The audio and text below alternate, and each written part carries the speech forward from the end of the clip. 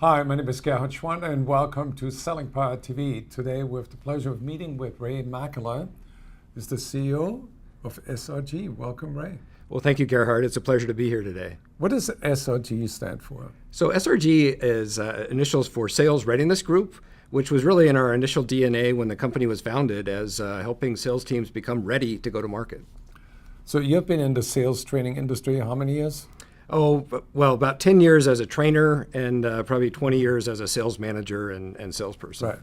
So you've seen the market over the years grow and expand, and yet companies are struggling with getting ROI on their sales training.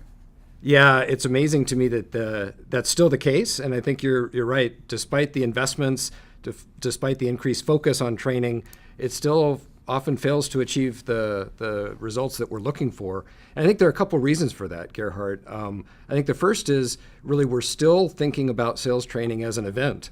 And Right. we're often putting that in the annual sales meeting, we're putting that as an annual training. And what we, I think, need to be doing is looking at it more for the behavior change and the skills that we're trying to change that will produce the results that we're looking for, but not training just for in and of its own sake. So how does sales education achieve a sustainable behavior change? Yeah, so I think there are a number of factors that can help with that. In fact, we have a 5-factor model I'd love to walk through. Yeah. But I think it really starts with the motivation to change. So like with any change management effort, we need the intrinsic or the internal motivation to change. So what's in it for me? How's this going to affect my job? What am I going to get out of the training at the end?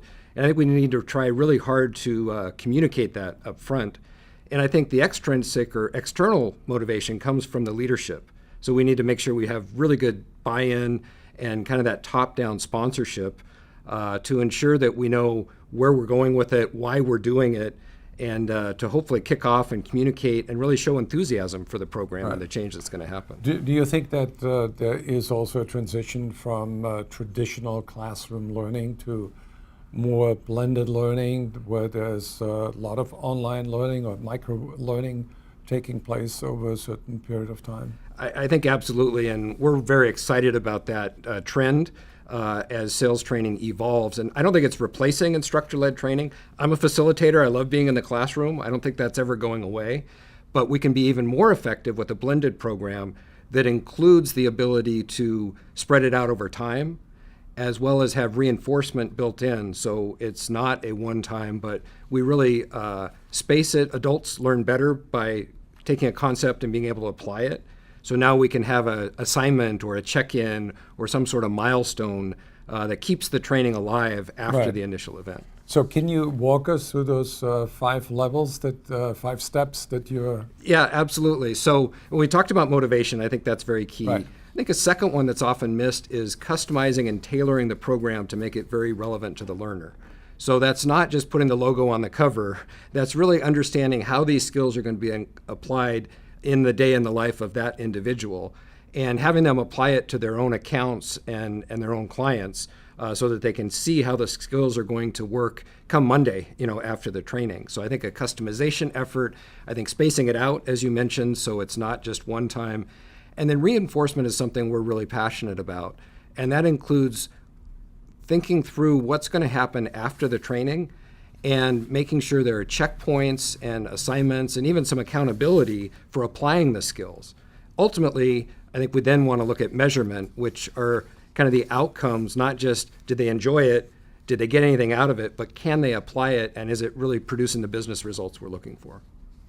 So before measurement really comes the application where people need to have some way of feedback from the manager.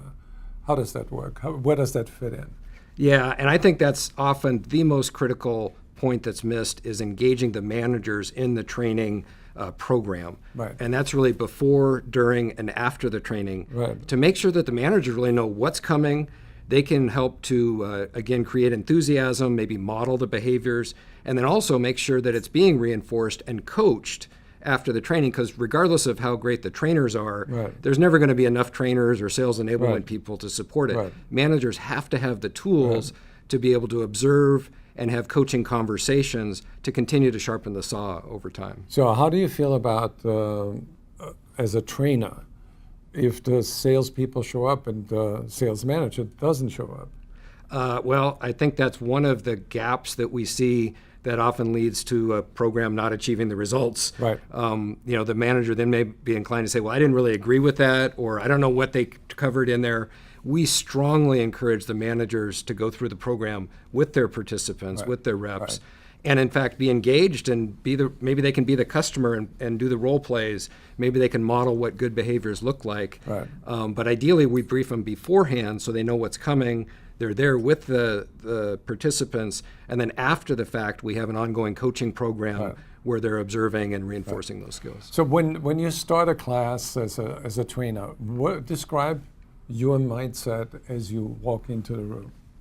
Well, I really want to think about that group in advance and know what makes them special, what their industry is, what their sales process is, what their customers are like, and where their challenges are. I think selling skills as a generic offering is really difficult because we don't know how it's going to be applied or what's most important. So I really want to get in the day of the life of that individual. I want to understand from the managers where they see the top performers excelling and where people are struggling. And then I also want to understand a little bit about the makeup of the group. Who are the experienced people that may be the hostages in the room? Maybe they're there a little reluctantly. Well, if we can draw them out, if we can make them advocates or help them share their knowledge, now we've just turned that person into a positive and an advocate for the program. So I kind of want to know the makeup before I ever walk in there. Can you tell me a quick ROI success story with your training? Sure. I mean, we had one, their key metric, it was a manufacturing company, airline parts manufacturing and distributor, and they wanted to increase the average order size. So think about average order, they just wanted that to go up. And so through selling skills, we really focused on understanding the customer needs, not surprising, but asking great questions, understanding the problem and the impact of the problem, and then presenting a solution that aligned with that gave them an opportunity to upsell and expand and even provide some add-ons. And they were able to increase that average order size by about 20% over that first 90 to 180 days. Awesome. So where can people learn more about your company? Yeah, so salesreadinessgroup.com, all one word, is our website. We're very active on our blog, so encourage people to sign up for our blog, and we publish weekly video blogs and written blogs there, as well as white papers and articles. And you can also follow us on LinkedIn. We publish a lot of information there. And I believe you also have a book. And absolutely, the High Impact Sales Manager, which is available on Amazon.com. And thanks to the forward and the Selling Power endorsement, we've had great success with that as a companion to our High Impact Sales Manager program, and the 3 partners are the principal authors. Check out the book on Amazon. Thank you, Ray. Thank you, Gerhard.